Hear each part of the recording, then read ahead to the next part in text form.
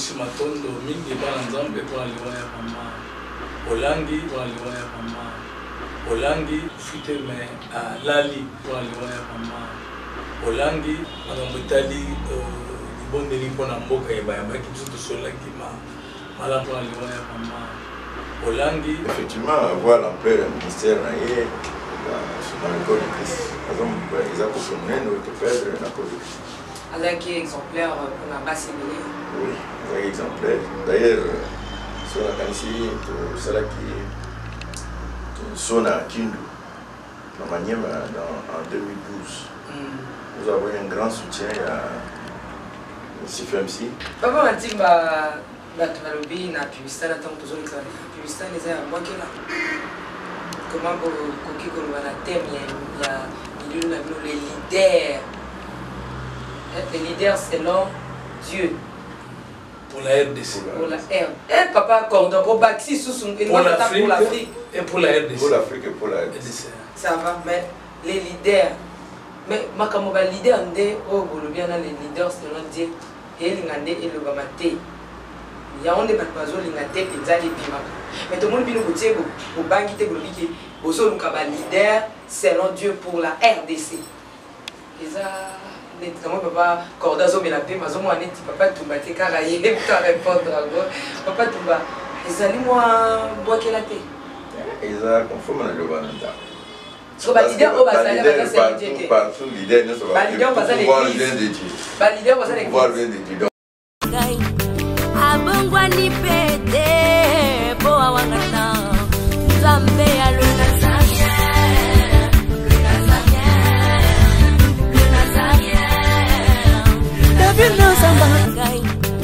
abongwa ni pete po awangata zambe alona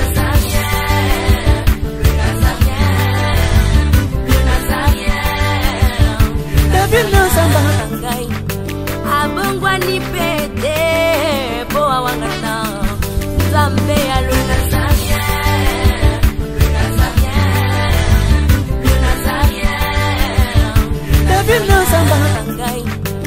abongwa ni pete po awangata zambe alona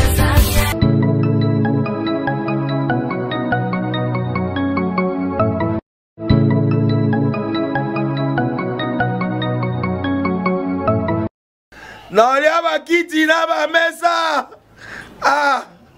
atanya ukondoko namona yo nachayo na mwamba la minute on a 4 à katikata saki ya fufu.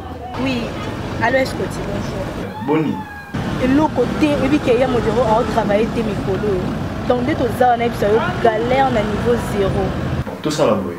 Moi il n'a pas bon vraiment mingité.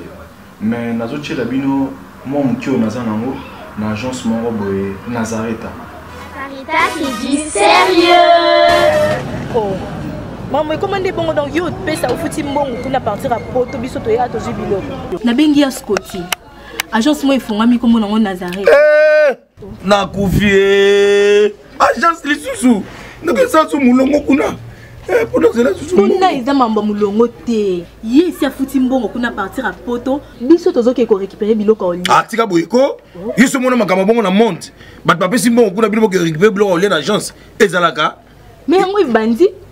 Maman, dès qu'il a yebisi ngai, mais na limité, na lingi na mona ki mona beso, poli kamba boye, na monde na ne salamate. Maman, yebisa ngai. Ba pesi mbongo kuna, biso to récupérer biloko kolia awa. Ya solo boutique Nazareta, ezali boutique où ezali à distribution de produits alimentaires. Ah! Na sali poto sunga, bandeko oyo. Même à Oyo, na peu de ressources, comme nous avons été à niveau à Kinshasa, même avec un petit rien. Donc, à partir de 10 $, 15 $. Donc, si vous avez un bon côté, nous devons nous apporter à Sunkayo, à Ozuka Bilogolia.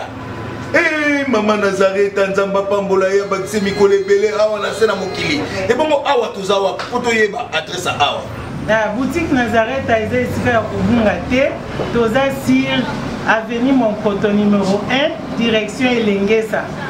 Face à face na église catholique Saint-Vincent. Ah, direction elengesa mokoto numéro 1 afin c'est église catholique. Ah, c'est ça, l'école. Bon numéro de téléphone, vous avez monté déjà, vous avez on a 3 numéros pour Paris, vous avez un numéro pour la Suisse, vous avez un numéro pour la Suède. Ah non, non, non, non, non, non. Nazareth, nous allons la Congo ici.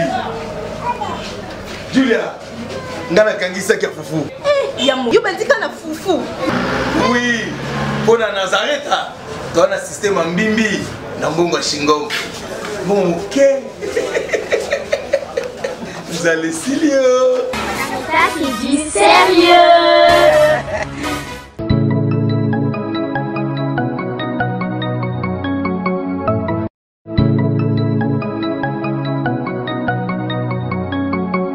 C'est vraiment un grand plaisir pour moi, la princesse de l'Éternel, la servante de Dieu,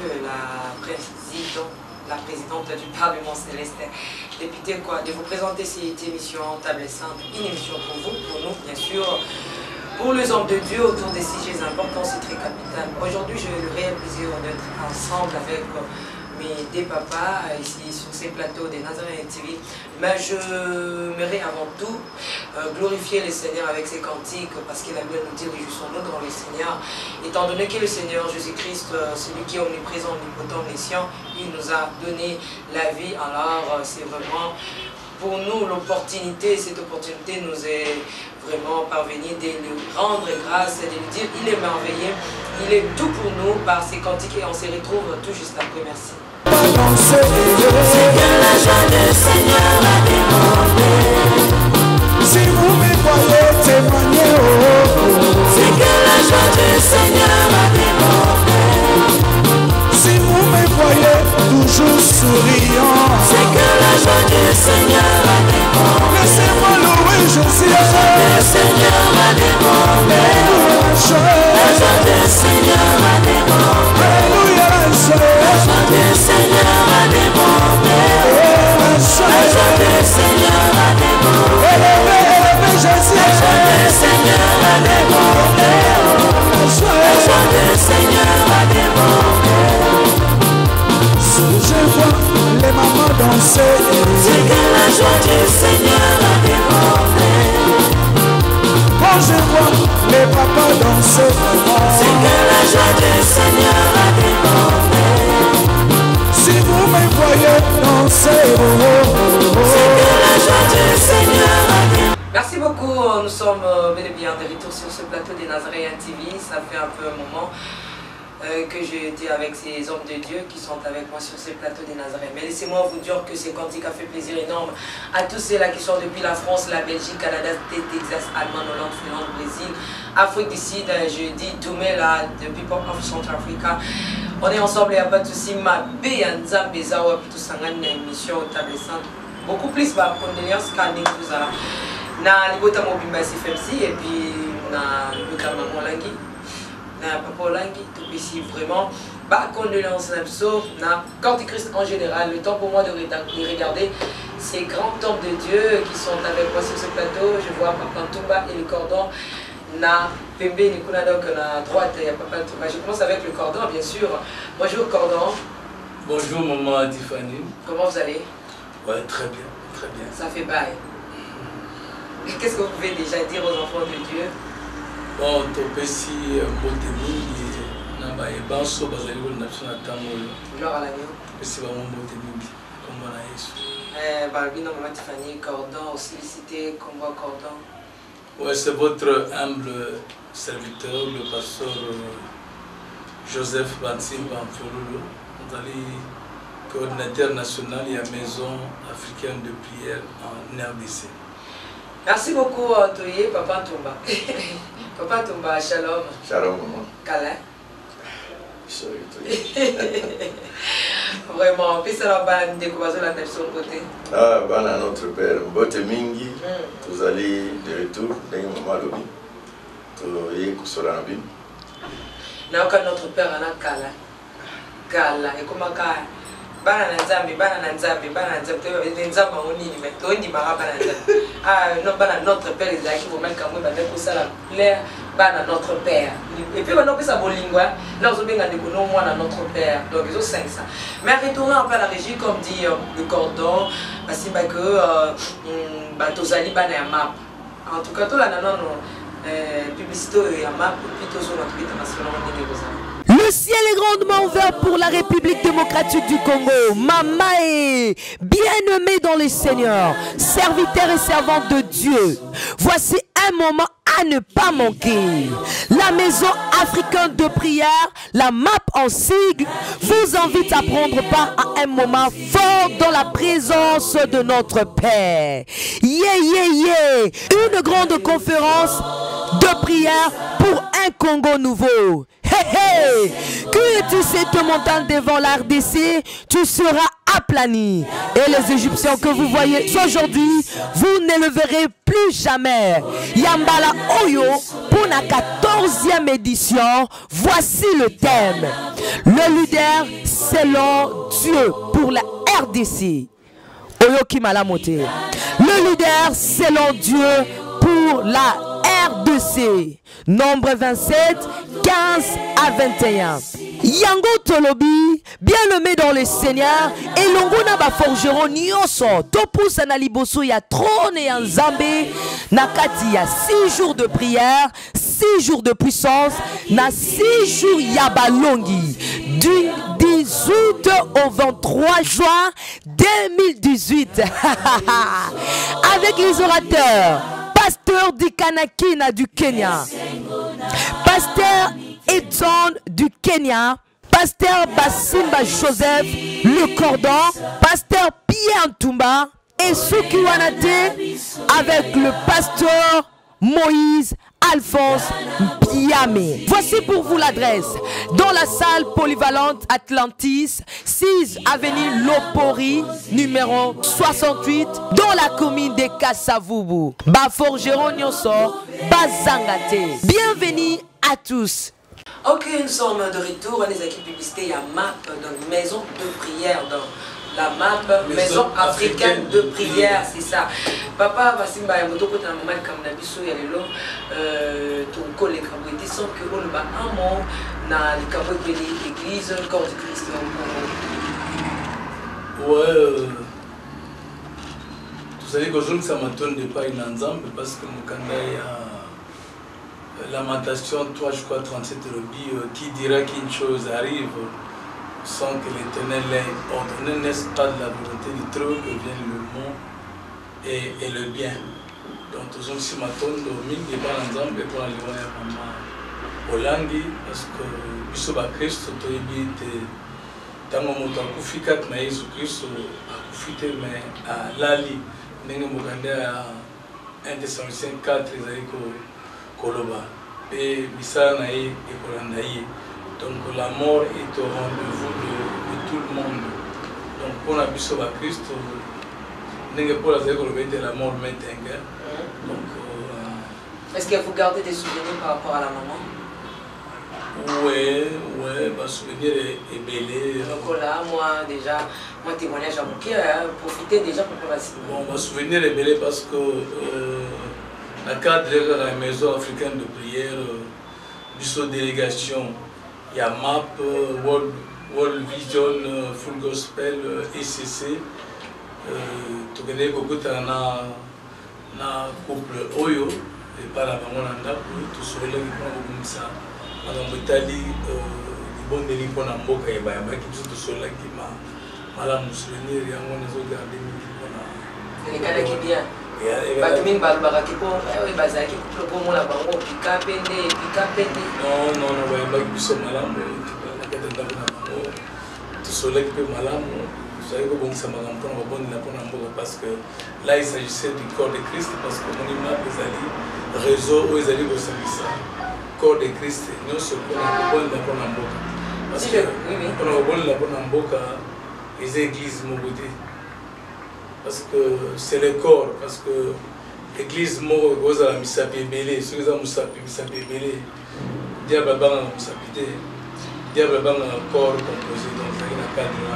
Si je comprends bien, maman Langi Azaki pe moto alingaki pe mboka pour na masolo ko kani bosolo laki donc olobi ki bosolo laki bien bo aller ko bonse les gens ma police donc alingaki pe ko bondela pona ekolo.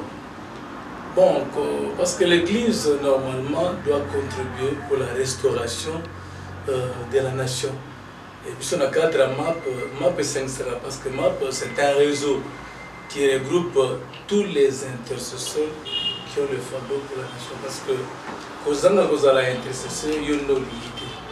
Parce que surtout dans l'Apocalypse 5, 9, 10, il y a soit comme ce qui est au niveau de la Vandanga. Donc, tout ce qui manda wana, il y a que bon de là pour la on a MAP 5 sera. Donc, je crois que à chaque fois, si nous avons une conférence, vous êtes intéressés, Batonioso et Mbarawana, tout le monde parce que Bangonde c'est pas peu ça mon ordre pour la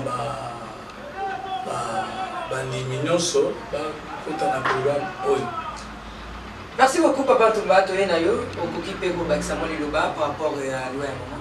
Tout à vous présenter condoléances à la famille, à la et la communauté FMC, c'est la parole de Dieu qui s'est accomplie. Nous devons nous incliner. Merci, c'est l'accomplissement de cette parole. Est-ce que, étant pasteur, que oui, Église, corps du Christ, il y a Congo, et perdre vraiment de disparition à un moment, et ça dit que ça la tourne. Effectivement, voir l'ampleur du ministère dans le corps du Christ. Par exemple, ils ont consommé notre perdre la cause du Christ. Alors, qui est exemplaire pour la basse éminée? Oui, c'est exemplaire. D'ailleurs, sur la Kanisi, c'est là qui sonne à Kindu, en 2012. Nous avons eu un grand soutien à CFMC, missionnaire pour nous donner une belle association importante. C'est vraiment l'un des grands souvenirs que nous gardons de CFMC. Donc, ce qui n'a pas été c'est que Maman Zaki Motarokababé est Rosunda. Bon, personnellement, je n'ai pas eu de contact avec des corps. Tant que nous avons gardé, on se souvient, nous avons gardé. Parce que tant que nous avons gardé, la missionnaire de Maman Maria Zakuna, la Bengaka, les Awa, le Tassé, la Mbikotamba, tout ça qui va en Babisho, la Tagmi dans notre disposition à Mitukana, c'était un grand souvenir que nous gardons. Merci beaucoup, Tokoti na Mama ya Likamura Biso ya Mokola Lelo par rapport à la Maison africaine de prière. Oyo ekambami na ba Thomas tope ba Sel Nzambe oyo mibale kobondela kaka pona mboka kobondela pona ekolo pona bikolo en général. Cette fois-ci Milulu Minene et Kosalima ya bala oyo pona République démocratique du Congo débolandi la publicité wana. Pendant 6 jours, je pense bien, la présence de Nzambe, Kobondela, Koyoka Mate, Koyoka ba, ainsi dit le Seigneur, Papa Bantimba, Batwaboloba, Batato Baye sous. Donc, il que Babotika, la tikité.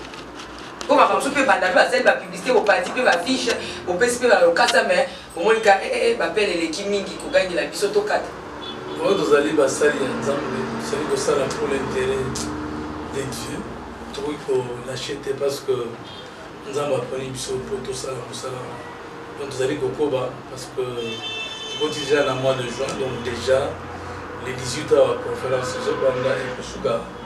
le 23 ils allaient conférence Moko stratégique. Pourquoi? Parce que ils allaient conférence à plaidoirie. Donc il y a une cour céleste.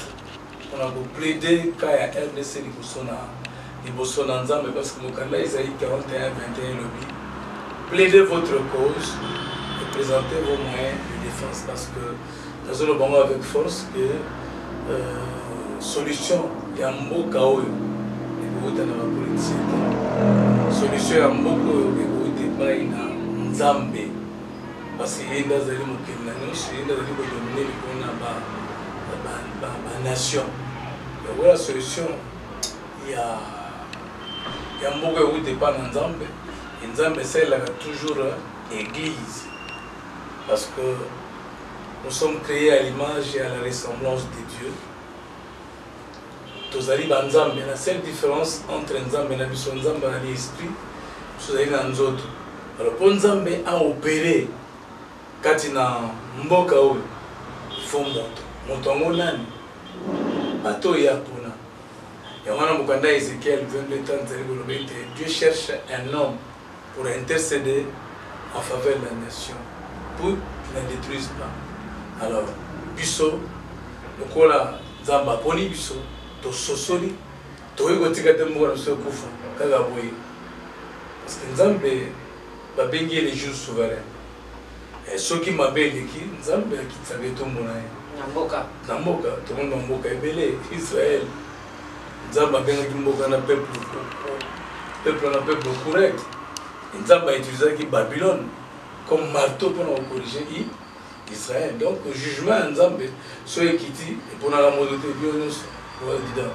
Alors biso to limité que jugement nzambe ko la mboka ya mona fu telema pour na plaider pour na mboka to plaider pour na mboka nzambe katolika mboka et où meni mingi 50 ans pour indépendance zo tourner la rond ba discussion point d'avutuka ba négociation ils allaient quoi aboutir na rien donc il faut que nzambe intervenir parce que bengi les jours souverains. Papa Tumba toye na yo nini oyo zo mona que bon premièrement non pourquoi vous prenez kaka mois de juin ba mois ils est belé mais mois de juin au pe bombi makambo belé awa na juin awa ba te belé ba poni kaka ba juin bino pe sous pour monika boko na juin pour ba tia bino ka biso les les lots to poni mois de juin to la 14e édition ya za mara na juin tout ça quand on a le mois de juin wani c'est un mois stratégique pour l'indépendance politique et puis ça c'est pour l'indépendance spirituelle. Donc ce qui est indépendance spirituelle, il y a un monde de commander l'indépendance politique, économique, sociale et ainsi de suite. Donc tout ça la 14e édition. Les bandits les lotés mois de juin tout connaît. Mais quand la mois de juin où l'église peut quoi les camerounais tant que bandits bitungate mais bois nous va combat l'église. Bon volonté dans Zambie to yebi yango nous n'avons qu'à nous incliner. Nous sommes à Canada et à pour ça les camps. Mais papa Matimba va babina ngana tunayo que ba ngati mois de juin et puis boche ba date moko ezali très glissant. La date moko eza vraiment ya muselu parce que les 30 hours indépendance et les 30 ans on tramtazo pour les langues calcul na ndenge na ezo plus avec réponse na ndenge na mais papa Matimba est-ce que bandi penza solo mbula soki beti makasi na RDC mbula moka makasi bilule kozana mbula moko penza ya makasi penza beti bato kitisa bambula kitana babanga mbula ebeta te milolo ego salama. Nous avons confiance à notre Dieu. Vous savez, la création n'obéit qu'aux prêtres, soit de Dieu, soit de Satan. Et nous sommes des prêtres de Dieu. Et notre prêtrise est supérieure. Notre prêtrise est prédominante. Donc, il est tout ça au bel bandang. Nous sommes ceux qui sont au lobby, tous ceux qui sont pas dans Zambé. Et pour ça, parce que quand nous sommes 115 aujourd'hui, les collègues, il y a kasi mabele apesa ki na biso bana moto o biso to kanisa wana si yango pe kanani ozomona faut biso bana nzambe to koma na niveau parce que bandoki bazondo ba makambo ezo sala mezo obisana bongo biso o to benga mi bana nzambe o to na bongango eza likola bonganga nyonso pourquoi so to lobi ko sala mati. Mais quand on a mon accord avec assurance et makasi, c'est dû à quoi? C'est dû à assurance. Parce que 1 Jean 4:4 vous petits enfants, vous êtes des dieux et vous les avez vaincus parce que celui qui est en vous, Jésus-Christ, est plus grand que celui qui est dans le monde. Alors, maman Tifali, Nzamboyo, l'Ikolona Segoiko Tondate. Nzambo aleki monene nzambo ana kovanda kati na ngai bantima mais c'est un mystère tant vous réalisé mystère on a mais non na évité et on se tient mutu bakata to tambola komomba kotambola bisika ebele mpona kokweyisa baonde baforteresse satanique oyo ezali koinfluence comportement mpe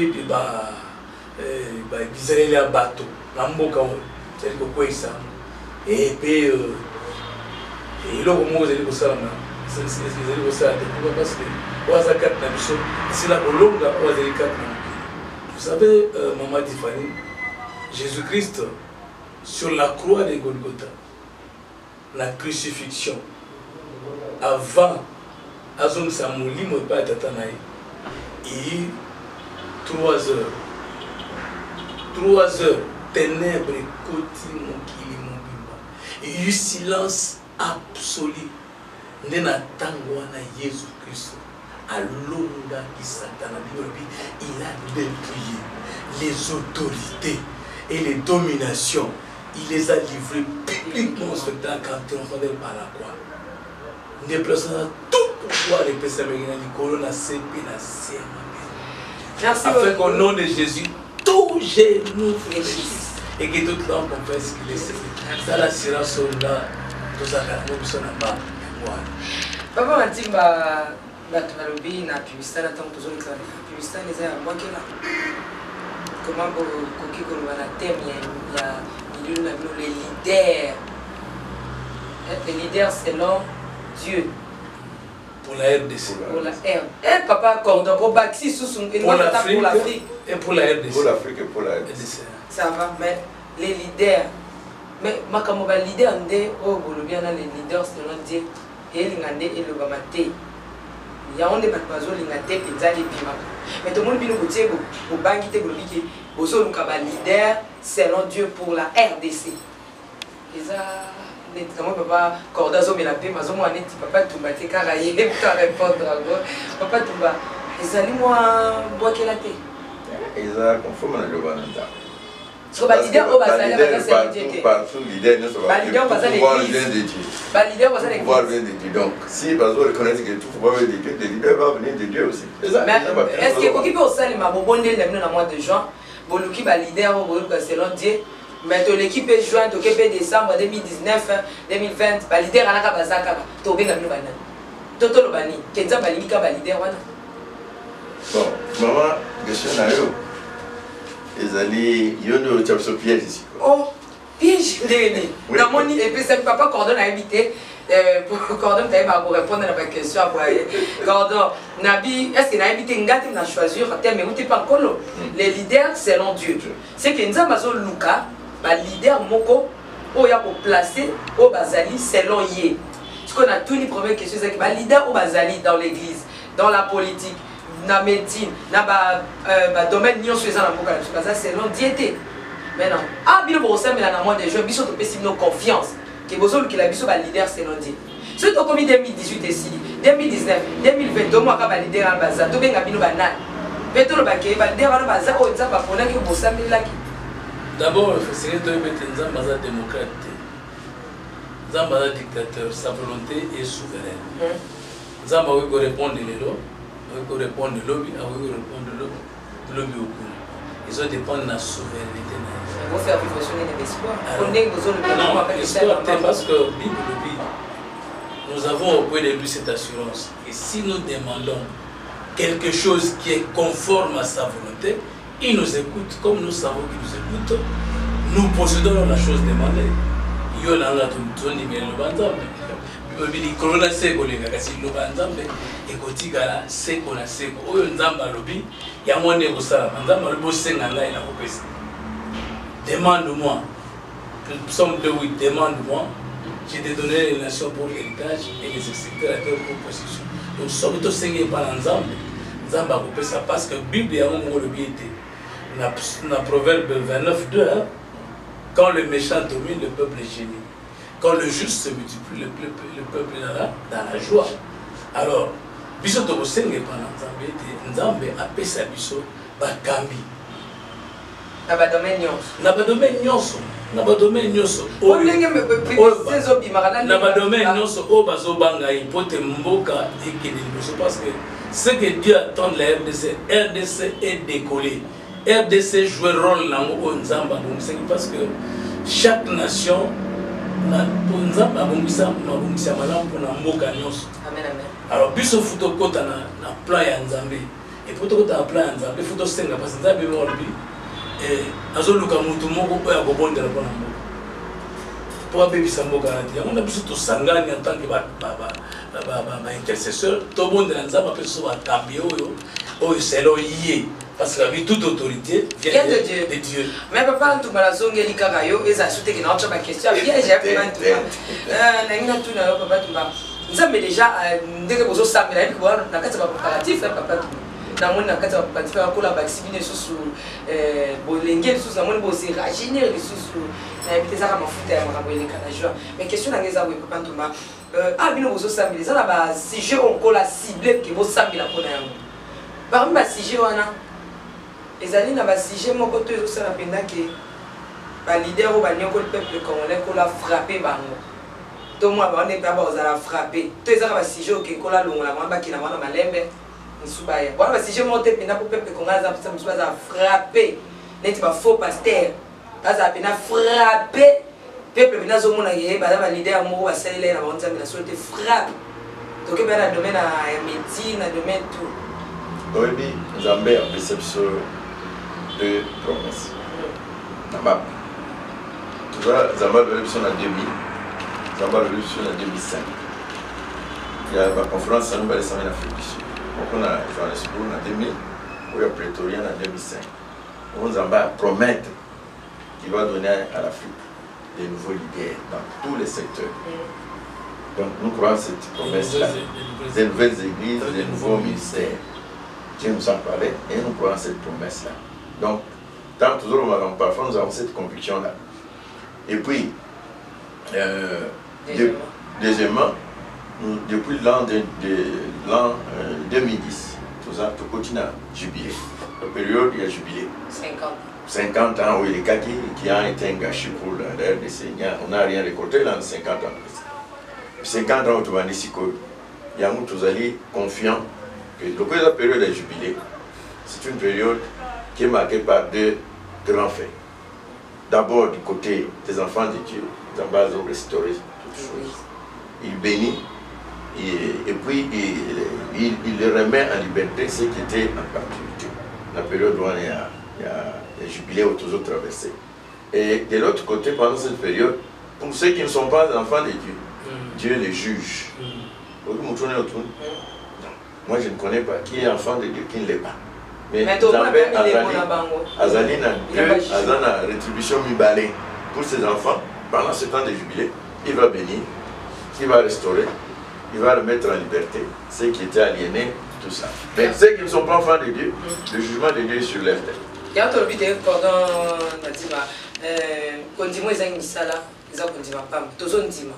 Est-ce que makambo bosambela wana na badati oyo tozokende nango ya milulu tokomona mpenza ke balider oyo bazalaki ya nzambe te kobetama. Bon, biso tozosouhaite yango te parce que ntango mokili ekufaki, ntango mokili ebebisamaki, nzambe atindaki mwana na Jésus-Christ. Dieu a envoyé Jésus-Christ dans un monde corrompu, un monde méchant, un monde de sorciers. Vous voyez, pour te montrer, nous avons dit, mais à Koufate, Kassia, nous avons moyen. Alors, les Lobanzam, les années pour juger. Moto na moto. Dans le lenge ya taboleka parce que Tobo Sanate, que la Bible présente Dieu comme le juge souverain. Et en gros, Nzambalobi, à moi la vengeance, à moi la rétribution. Binoté. Ce qui est pour la biso, mais sommes des awato. Toko papa la machette badine, mais bisoté. Nzambalobi, à moi la vengeance, à moi la rétribution. Le boutique est la ngaï. Ngane na ebi. Ce qui bâtit Batamola qui m'a ramonté. Nzamba ebiso na opose à Nzamba et mon colonne, Nzamba au confond de ngaï. Donc c'est ça. Donc nous prenons notre cause devant Dieu et c'est à Dieu d'exercer son jugement parce que bon, à Dieu le dit, tout ça la saison à jubilé, tout ça la saison à restauration, saison ya rétablissement, saison ya nouveau commencement, saison ya récupération, saison ya refondation, puis saison ya jugement. Donc tout ça a été parce que moni moko pe ya boye ya moli mo centre kat na mokili ezali par rapport à l'église les ali pe pour convaincre mokili du péché, du jugement et de la justice. Jugement ezali moli mo yo au côté ça la mabe suka na mo ezali. Donc c'est de ça mon bat mon dans yebi mon avant pour failler ba alors que des différents comment comment même sur aïe diga que des différents moi le monsieur Zati donc mutu na mutu a motonyon ça va kata mutu maïba ka sornaï mutu na mutu aïbi sornaï tozo na suna régie tozo kaka sport ya map ko ya moni masole zo kitama mikolo parce que l'RDC nous sommes leader na bango na bo péteni au soma au bazan nzambe ko nzambe mo ko tia bango yana kutuka masamba te so lingi ozonga na balidea wana luka kolo azoni so na kata liste wana sinon on va perdre le chef. Le ciel est grandement ouvert pour la République démocratique du Congo. Mamae, bien-aimé dans le Seigneur, serviteur et servante de Dieu. Voici un moment à ne pas manquer. La maison africaine de prière, la MAP en sigle, vous invite à prendre part à un moment fort dans la présence de notre Père. Une grande conférence de prière pour un Congo nouveau.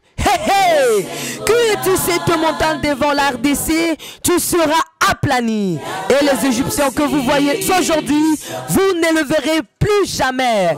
Yambala Oyo, pour la 14e édition, voici le thème. Le leader selon Dieu pour la RDC. Oyo Kimalamote. Le leader selon Dieu pour la RDC. Nombre 27, 15 à 21.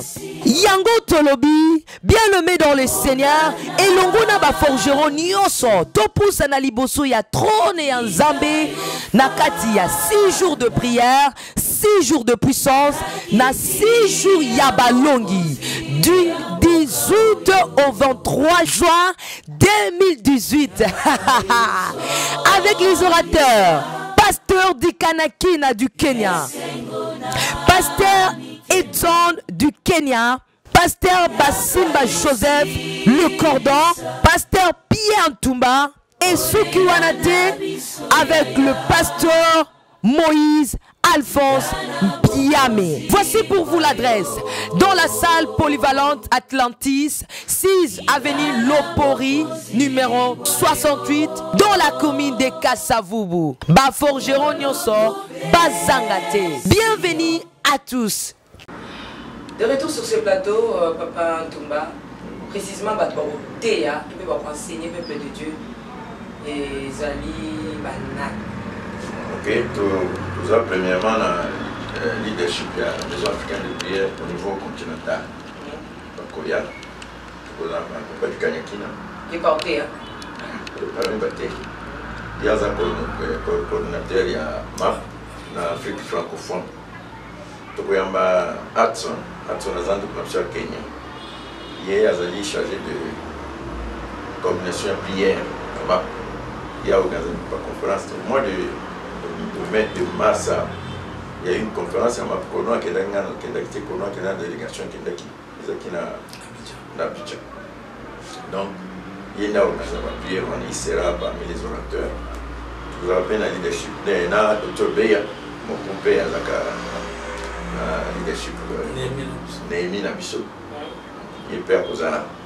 La coordination nationale, il y a Aona Congo. Bon, t'es bien surtout. Bon, évidemment, vous partagez. Tant mon pourquoi pas de parole, mais t'es pas tout. Ozana, 14e année. C'est pas la négociation, tout ça là. T'es au moins là pour Marabiso, les Arabiti, nous sommes basés dans un petit système.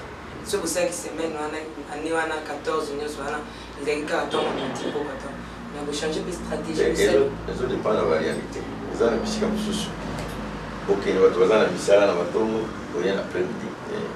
Mais toutes ces deux vacations, les alliés pour permettre bazali disponible na ntongo bakoya bakoza disponible na poko bakoya mais cordon bati bakola nini likambo ya Congo okotisa bapaya lelo esalisela bafamille likambo etali balider ya Congo mais bokoti bakenien bokoti banani omoni nzamba ya principe soki oyo oza na kati ya bolo oza na kati ya prison ye moko ekoyebimisa te fo batalibana na ya koyebisa omoni te biso ntango tokangamaki tobungi nzela nous étions errants comme des brebis sans berger nde to abatindaki yesu kristo ayeki mpona kokambola biso ozomona yo moko ekoyebimisa te fo batalibana na Kenya eza na groupe mobendeso abondelaka mpona Congo ce sont vraiment nos amis babondelaka butu moi mpona Congo yango so tokomi ezala biso pasi komona congolais ye moko rien église ya Congo elingi kobondela mpona mboka te nalobango la fois passé épouse oyo stérile azoka zemi aza mwasi ya litio amela milangi normalement en tant qu'épouse de Christ fiancée à un époux fidèle faut m'imaginer zemele za nini fardo ya mboka mais église RDC na fardo ya mboka te nazo ba avec force ba tu balingi ko bondela ga pona ba ngo mboka na chaque carte trop le bini vous demandez et vous ne recevez pas parce que vous demandez mal dans le but de satisfaire vos besoins pianga ce qui ngai lingi comme ngai pour Dieu et le gazali priorité pour la nation. Dieu considère la nation comme son premier-né, son premier fils. Mais biso, c'est bien. Bon, parce que Dieu a des regards tournés dans la nation. Nous avons des regards tournés au ciel. Deux visions différentes, confusion. Merci, on s'entame déjà à la fin de cette émission. Tous autres quoi atterrir déjà. Mais papa, Tumba, la difficulté nini pour vous allons jusque là. Au moment que avion décollé dans juin les 18, vous avez sur moi mes kakata bon, difficulté financière parce que tout ça vous en a salle. Ça va pour jouer en mot. Les autres difficultés vous en ont chaque année. Mais Dieu c'est un Dieu, vous avez le connaître. C'est comment nous sortir de ces difficultés. Tout ça là, on a parlé du peuple là, on fait $1 800 par jour. Nous étions dans la salle du congrès, on est ici comme on est l'Assemblée nationale à tenir. Je vais te tenir ici comme on a pour et boum. Nous avons fait $1 800. Bon, les gens pensaient que toujours que nous l'aimons pour la boue. Mais nous avons manifesté que $1 800 ils ont dit apesaki euti na patate eza banzela mwa nsima te kozokende papa te ezaka bana nzambe kaka bayeba comprendre pourquoi nous sommes là monaka elelonga na kofuta elonga na et nous sommes sortis pendant les d'ailleurs on a fait 8 jours cette fois là tofutaka nyonso je crois nous avons accordé 2 jours gratuits les 6 jours qui vont situer la semaine tofutaka biso et les gens qui comprennent pourquoi nous sommes là. Même l'administrateur, les gars qui expliquaient, ils ne comprenaient pas. Quand ils viennent à la conférence, vous avez au Cambon, vous avez appel de fonds. Nous sommes allés préparer. Et puis, il a eu des conséquences, papa. C'est ça qu'il y a nous. Il faut que tu payer un peu de contribution. Si vous vous opposez, à vous mettre à côté de ces gars, après qu'à compte, tu sais que dès que vous êtes ma cambo pour ça, tu verras ça, il va faire. Merci papa Touba, tout cas dans papa Mathieu, dans la suite de l'émission, il est perceptionné pour la ville où vous avez attaque, combat ça. Oui, attaque, parce que diable a outil absolument quand 1 Pierre 5 vous soyez sobre, veillez votre adversaire le diable rôle autour de vous comme un lion, réjouissant, cherchant qui dévorera. Donc tant que nous avons le 2 pieds sur terre, Satan a allé.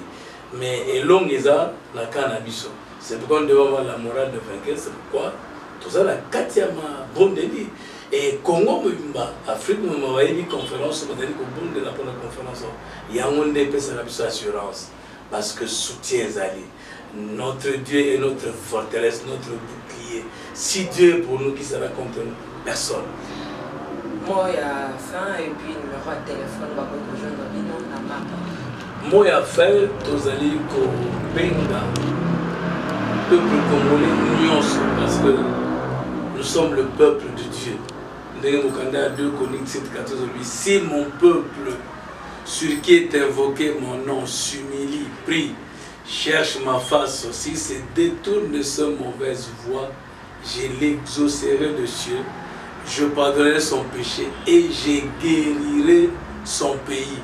Les Congolais malades, toya ebele, to bonne la pona mboka na biso pour nzambe a guérir moko pota e umeli et le miso rezo bena manzinzi be pas nyonso to komi objet à mokeri partout donc toya tout si sa pota oyo poto soke sirite banzinzi bono na biso na mbula to si sa pota boya Papa Cordon banzinzi nde banani numéro de téléphone Papa Cordon numéro de téléphone na biso ezali yango yo 081 90 710 33 081 90 710 33 donc bah basé sur la musique en dehors c'est préfixe plus 243 papa Ntumba le basuka pe bon le basuka ezali ka appel toujours bien va congolais ba oyo bazali na souci que Congo échanger bato ba congé na mois de juin ba ya vacances ba ya participer ils ont dans les 18 kino oui l'appel les a lancé même bande quoi poto ba koya pe parce que ça na fa ba monde la peine na banda pour la boko tambo pe tout ça la milu ba vite koya pe ba koya l'intérieur pe ba koya ba oya ba pe tout dans cet appel ba bi on a 4000 tout le bel quand on la fois passer à 4000 de Congo le problème du Congo est dans la nation en dehors de 4000 numéro de téléphone 081 812 53 77 081 812 53 77 plus 243 plus 243 pour la bande de Congo.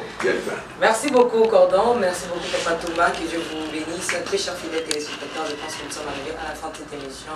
Restez toujours branchés sur nazariantv.com. Donc, mingi toujours le bas, pour s'abonner, pardon vraiment, la chaîne est Nazarien TV. Pour s'abonner à YouTube et puis beaucoup de mingi vraiment la 3W Nazarien TV, enfin que vous voyez ma rappel élément sur tout ça qui au rataki en forme là qui est dans programme YouTube au temps à monter boy va payer ko s'améliorer déjà na site na bino donc surtout ça là yango les pour la biso te mais mingi pour la bino bato bolinga ka biso pe bolinga kolo en tout cas nzamba pambola biso ya surtout ndenge toujours bakaka programme na bino ya buke ko zoro kala mingi te mais nzambe ya lola akitsanke ngona ye apambola bino bayoni surtout pour le piqué vous avez pour souhaiter ma condoléance na église FMC et puis na corps du Christ en général puis na beauté à maman Olangi beaucoup mais la biso na ba numéro wana et koleka to pesa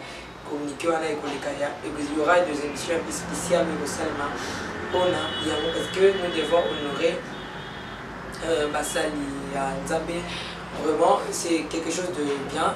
Vraiment, qu'est-ce que je peux bien parce qu'elle nous dit pleurer avec ceux qui pleurent, réjouir avec ceux qui se réjouissent. En tout cas, le col à si fait ces là, les Nazariens à la mort au présentement. Donc, tiens un espace où donc pleurer avec ceux qui pleurent. Donc, pleurer avec ceux qui pleurent n'a pas lettre à la bino ya condoléance petite de la bisouaro, n'a pas message na bino, n'a pas vidéo na bino au salon les canaux Nazariens, pas sa condoléance na film et vous en avez puis vous savez mon colonie les Nazariens pour ça la spéciale condoléance pour le numéro de téléphone pour bien en direct. Nous avons parlé là par mon ami ceux qui connaissent 60 minutes